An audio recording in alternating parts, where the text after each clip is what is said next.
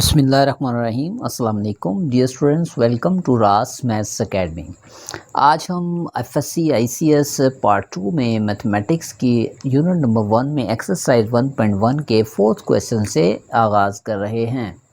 Students, ये है हमारा क्वेश्चन नंबर 4। डोमेन और रेंज के हवाले से 1 नंबर या 2 नंबर के शॉर्ट क्वेश्चन में आ सकता है या 1 नंबर के एमसीक्यू में। ठीक है जी। डोमेन और रेंज को फाइंड करने से पहले डियर स्टूडेंट्स, आप एक दो बातें जहन में रखें कि आपके पास फंक्शन की जो डोमेन है या इसकी जो रेंज है उसमें आपने इन वैल्यू से बचना है, यानी कि तमाम ऐसी एक्स की वैल्यूज़ जो कि आपको इन अनडिफाइंडनेस दें यानी इन्फिनिटी दें या फिर आयोटा इमेजिनरी वैल्यूज़ प्रोड्यूस कर रही हों। इन डिस्टर्बिंग फैक्टर्स को अगर आप इस गिवन फंक्शन की डोमेन में से स्किप कर देंगे तो रेंज में डेफिनेटली आपके पास जो वैल्यूज़ आएंगी वो रियल नंबर्स की सूरत में आएंगी।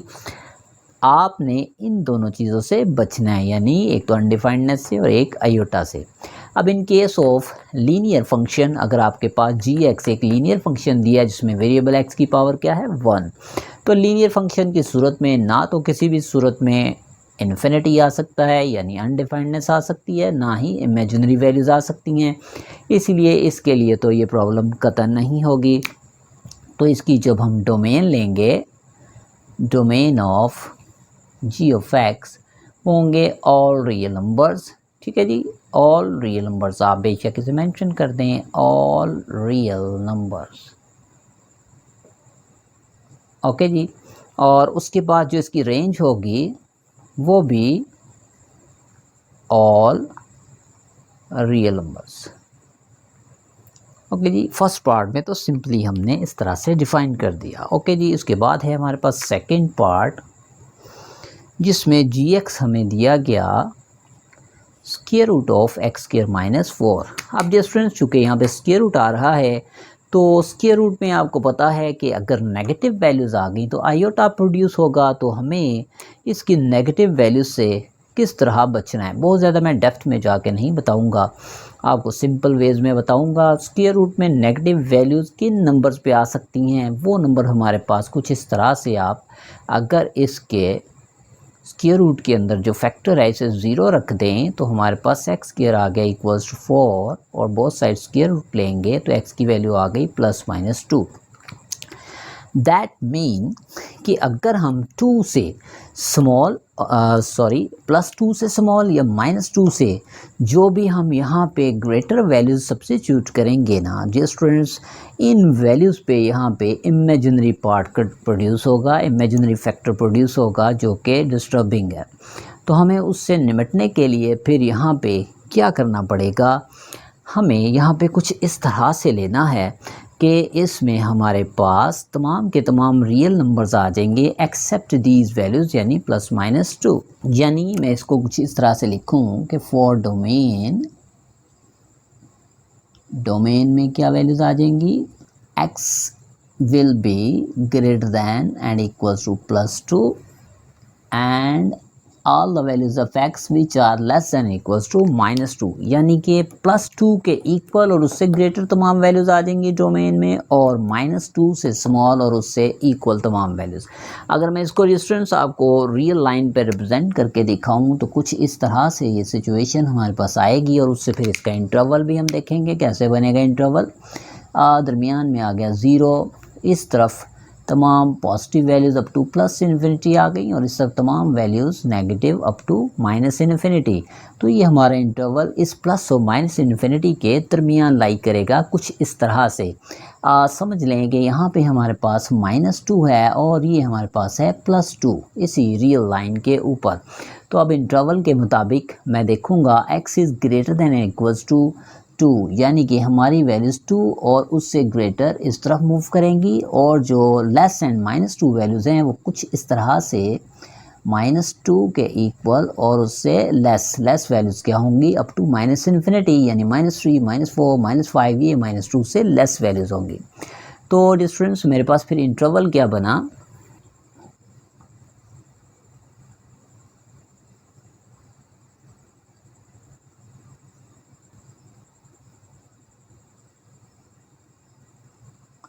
ओके जी, तो मेरे पास फिर इंटरवल इस रियल लाइन को देखते हुए क्या बना कि इसमें तमाम वैल्यूज़ जो -2 से स्टार्ट हो रही हैं, आपको पता है ये क्लोज्ड ब्रैकेट जो है ये इक्वलिटी वाली वैल्यू को रिप्रेजेंट करती हैं। अगर इंटरवल -2 बीच में इंक्लूड है इंटरवल के, तो हम यहाँ पे क्लोज्ड ब्रैकेट यूज़ करेंगे। और इन्फिनिटी के लिए आपको पता होना चाहिए कि हम ओपन ब्रैकेट यूज़ करते हैं, यानी कि पैरेंथेसिस। तो -2 टू -इन्फिनिटी तमाम वैल्यूज़ होंगी जो -2 से स्टार्ट होकर -इन्फिनिटी तक चलेंगी। और चूँकि +2 भी इसमें इंक्लूड है, तो तमाम वैल्यूज़ जो +2 से क्लोज ब्रैकेट में के यहाँ पे +2 भी इंक्लूड है एंड अप टू इन्फिनिटी। ठीक है जी, ये डोमेन के लिए आ गया। और फॉर रेंज, अब चूँकि हमने डिस्टर्बिंग वैल्यूज़ ही बीच में से स्किप कर दी, यानी कि जिन पे इस पे आयोटा आ सकता था उन्हें हमने स्किप कर दिया। रेंज में फिर हमारे पास क्या आ जाएगा, 0 से तमाम positive values up to infinity, ये हमारी आ जाएंगी रेंज में तमाम वैल्यूज़ जो 0 से लेके +इन्फिनिटी तक, यानी कि ऑल पॉजिटिव रियल नंबर्स हमारे पास आंसर में आ जाएंगे। चूँकि नेगेटिव रियल नंबर यहाँ पे स्क्वायर रूट में नहीं आ सकते, इसलिए तमाम पॉजिटिव रियल नंबर्स। ओके जी, नेक्स्ट हमारे पास है इसी क्वेश्चन नंबर 4 का फोर्थ पार्ट। जिस थर्ड पार्ट सेम इसी तरह से जैसे मैंने अभी सेकंड पार्ट किया। ओके जी, फोर्थ पार्ट में अब आ गया हमारे पास मॉडुलस। इसको हम देख लेते हैं ज़रा, मॉडुलस को किस तरह डील करेंगे डोमेन और रेंज के रिस्पेक्ट से। G of x is equal to mod of x minus 3। First of all देखें जी, डोमेन जो होगी फॉर डोमेन, चूँकि मैं इसमें कोई भी रियल नंबर सब्स्टिट्यूट कर दूँ, चाहे मैं इसमें पॉजिटिव रियल नंबर रिप्लेस कर दूँ एक्स की जगह, चाहे नेगेटिव रिप्लेस कर दूँ, मॉड क्या करेगा उन तमाम को पॉजिटिव बना देगा। तो डोमेन में मैं ले सकता हूँ ऑल रियल नंबर्स, चाहे वो पॉजिटिव हैं चाहे नेगेटिव हैं, उन सब पे इसके मॉड के अंदर आंसर क्या आ जाएगा, पॉजिटिव। ठीक है जी, डोमेन में आ गए ऑल रियल नंबर्स। और जो हमारे पास डोमेन है, इसको अगर हम इंटरवल की शक्ल में रिप्रेजेंट करें तो ये हमारे पास कुछ इस तरह से आएगी, domain of g x is equal -infinity to +infinity, यानी कि तमाम वैल्यूज़ जो positive and real numbers and negative real numbers हैं वो सब इसमें एडजस्ट हो सकते हैं। ओके जी, जल्दी से देख लेते हैं फॉर रेंज। अब देखें तमाम के तमाम रियल नंबर इसमें सब्स्टिट्यूट करेंगे तो हर सूरत में यहाँ पे आंसर क्या आएगा, पॉजिटिव। नेगेटिव तो आ ही नहीं सकता। तो रेंज में क्या आ जाएंगे, all positive real numbers, all positive real numbers. ठीक है जी, और इसके अंदर हमारे पास अगर हम इसे इंटरवल की शक्ल में लिखना चाहें तो इस तरह से लिख देंगे, ये भी ठीक है। चाहें तो ऐसे लिख दें, range of g x is equals to all positive real numbers. ठीक है जी, 0 to so on up to +infinity. ये आपका क्वेश्चन नंबर 4। ओके जी, नेक्स्ट हमारे पास है इसी फोर्थ क्वेश्चन का फिफ्थ पार्ट, जिसमें उसने हमें जो फंक्शन है वो दिया है piecewise function. Distance piecewise function वो होता है जिसमें एट ए टाइम डोमेन में आपके पास दो फंक्शन की वैल्यूज़ दी हों, यानी कि पीसीज में कन्वर्ट करके। आप देख सकते हैं एक्स की वैल्यू यहाँ पर रेंज कर रही है <= और फिर एक्स ग्रेटर देन -2, उसी पॉइंट के लिहाज से एक और फंक्शन की वैल्यू दे दी गई। इसी वजह से ऐसे फंक्शंस को कहते हैं पीस वाइज फंक्शन। ओके जी, इसकी हम जो डोमेन एंड रेंज फाइंड करेंगे उसके लिए कुछ इस तरह से है। आप गौर कीजिए कि फॉर डोमेन हमारे पास उसने कहा कि तमाम वैल्यूज़ जो कि -2 के इक्वल हैं या उससे लेस हैं, तो मैंने रियल लाइन के ऊपर माइनस और +इन्फिनिटी के दरमियान फर्स्ट ऑफ ऑल -2 को ले लिया। ठीक है जी, अब हमें नज़र आ रहा है -2 इसमें इंक्लूड है, तो इसलिए मैंने -2 से वैल्यू को स्टार्ट किया और ये कहाँ तक चल रहा है, -2 से लेस तमाम वैल्यूज़, यानी कि अप टू -इन्फिनिटी।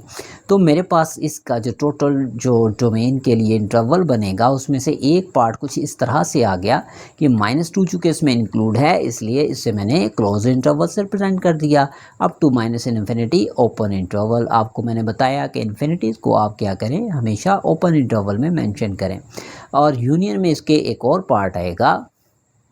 अब देखें सेकेंडली उसने डोमेन में x ग्रेटर देन -2, अब -2 से जितनी भी ग्रेटर देन वैल्यूज़ होंगी वो क्या होंगी, -1, 0, +1, +2, +3 एंड अप टू +इन्फिनिटी। अब डियर स्टूडेंट्स, आप देख सकते हैं कि -2 यहाँ पे इंक्लूड नहीं है, यानी कि इसमें तमाम वो वैल्यूज़ होंगी जो -2 से greater and up to plus infinity. इसीलिए second part of the interval कुछ इस तरह से बनेगा कि ये -2 की तरफ से भी ओपन होगा और प्लस इन्फिनिटी की तरफ से भी ओपन, चूँकि इसमें -2 इंक्लूड नहीं है।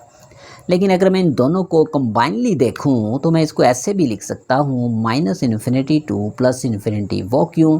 क्योंकि देखें यहाँ पे -2 इंक्लूड है, यहाँ -2 इंक्लूड नहीं है। दोनों का यूनियन लेंगे तो तब यूनियन लेने से -2 फिर भी इन दोनों के दरमियान इनकी रेंज में आ जाएगा। इसलिए हम इसी को इस तरह भी लिख सकते हैं -इन्फिनिटी टू प्लस इन्फिनिटी। आप दोनों सूरतों में बोर्ड में लिख देंगे तो ज़्यादा अच्छा इंप्रेशन पड़ेगा। ठीक है जी, अब हम चलते हैं रेंज की तरफ। और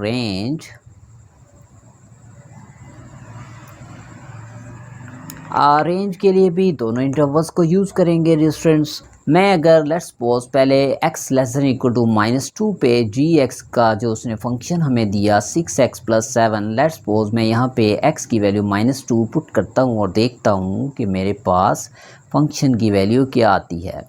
तो मैंने देखा यह है -12 + 7 यानी कि -5। अब -5 जो है इसकी रेंज में इंक्लूड होगा। इसी तरह से मैं -2 से लेस कोई भी वैल्यू यानी कि -3 यहाँ पे सब्स्टिट्यूट करूँगा तो आप देखेंगे इससे भी जो आंसर है छोटा आ जाएगा, रिड्यूस हो जाएगा। अगर मैं -2 से जो लेस वैल्यू -4 पुट करूँगा यानी कि जितनी वैल्यूज़ मैं इसमें -2 से लेस इंक्लूड करता जाऊँगा, सब्स्टिट्यूट करता जाऊँगा, तो मेरे पास जो g(x) का आंसर है वो भी उतना ही रिड्यूस होता जाएगा अप टू -इन्फिनिटी। यानी ये -5 से value up to -infinity reduce होना शुरू हो जाएगी। तो मैं इस इंटरवल को कैसे लिखता हूँ? -5 की तरफ से क्लोज अप टू -इन्फिनिटी। चूँकि -5 इसमें इंक्लूड है इक्वलिटी की वजह से, इसलिए मैंने यहाँ से close interval up to -infinity. ठीक है जी। अब इसका दूसरा पार्ट इस दूसरी वैल्यू के लिए कैसे आएगा उसको भी देख लें। मैं इसके लिए भी -2 को इंक्लूड करूँगा तो ज़्यादा बेहतर तरीके से आपके सामने आ जाएगी सिचुएशन। तो मैं यहाँ पे भी -2 को रिप्लेस करता हूँ डियर स्टूडेंट्स। तो मेरे पास आंसर आया 4 + 6 यानी कि 10। अब 10 इसमें इंक्लूड नहीं होगा, लेकिन जैसे ही -2 से कोई भी मैं ग्रेटर वैल्यू यानी कि -2 से ग्रेटर वैल्यू हमारे पास कौन सी होगी? -1, 0, +1, +2, +3 वो आप पुट करके देख सकते हैं। -1 इसमें 0, +1, +2, +3 सो ऑन। आप देखेंगे 10 से प्लस इन्फिनिटी की तरफ यानी कि इसके g(x) के आंसर इंक्रीज़ होना शुरू हो जाएंगे अप टू प्लस इन्फिनिटी। तो उस रिस्पेक्ट से फिर मैं यहाँ पे सेकेंड इंटरवल इसी की रेंज में जो सेकेंड इंटरवल कैसे लिखूँगा?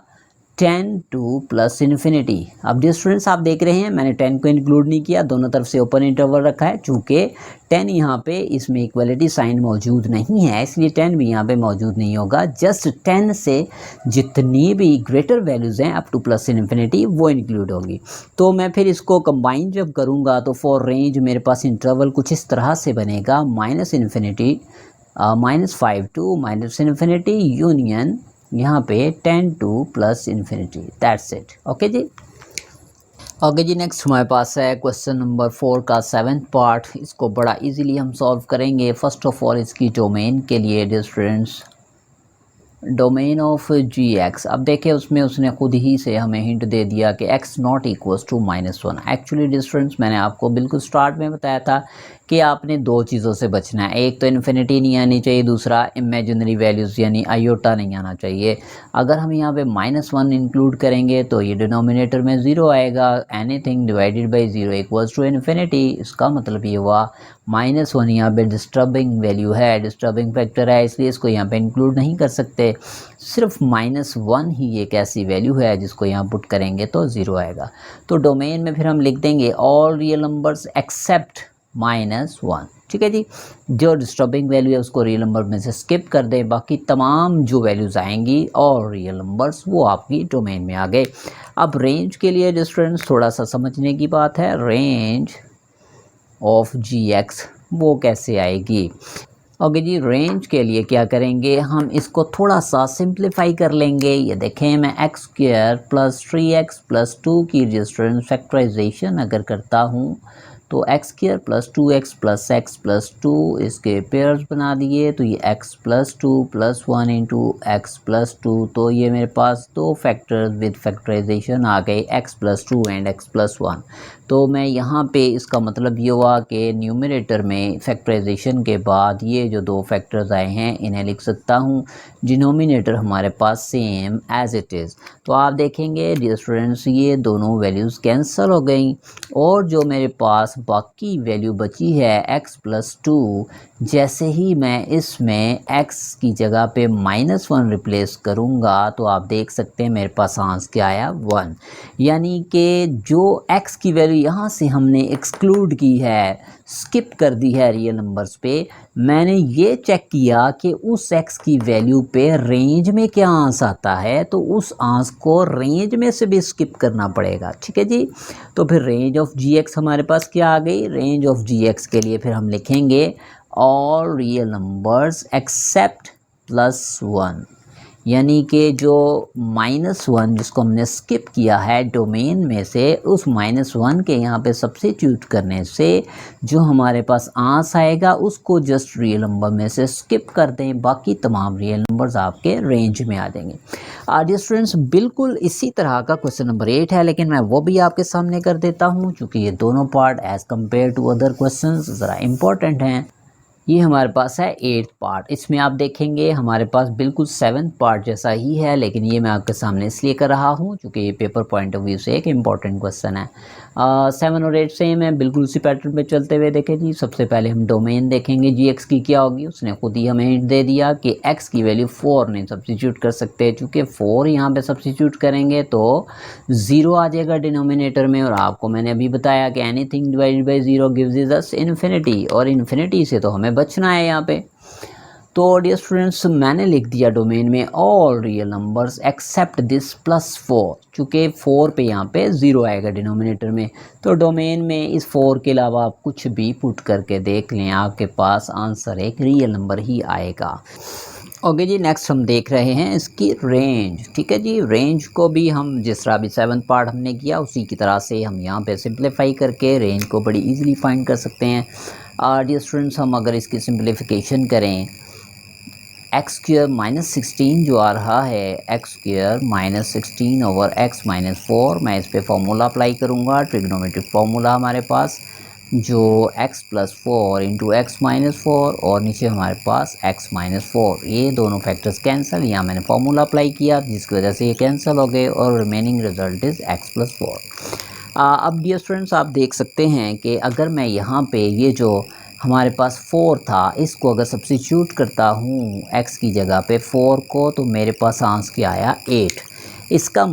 इसका मतलब ये हुआ इस 8 के अलावा जितने भी रियल नंबर्स होंगे, यानी कि रेंज में फिर क्या आ जाएगा, all real numbers accept this value 8, यानी डिस्टर्बिंग वैल्यू जो हमने यहाँ से एक्सक्लूड कर दी, स्किप कर दी थी डोमेन में, उसके पुट करने से रेंज में जो आंसर आएगा डेफिनेटली वो भी क्या हो जाएगा, स्किप। तो all real numbers accept this value 8 आपके पास आ जाएंगे इसकी रेंज में। ठीक है जी, इंशाल्लाह दिस स्टूडेंट्स इंशाल्लाह इन द नेक्स्ट वीडियो हम देखेंगे इसके रिमेनिंग क्वेश्चन। आज हमने क्वेश्चन नंबर 4 को डोमेन और रेंज के साथ बड़ी डिटेल में डिस्कस किया है, ये इंपॉर्टेंट है एमसीक्यू पॉइंट ऑफ व्यू से, ये शॉर्ट क्वेश्चन से। इंशाल्लाह इन द नेक्स्ट लेक्चर मिलेंगे रिमेनिंग क्वेश्चन के साथ, तब तक के लिए इजाज़त दें, अपना बहुत ख्याल रखें, टेक केयर, मेरी वीडियो को शेयर करें, लाइक करें, सब्सक्राइब करें, अल्लाह हाफिज़।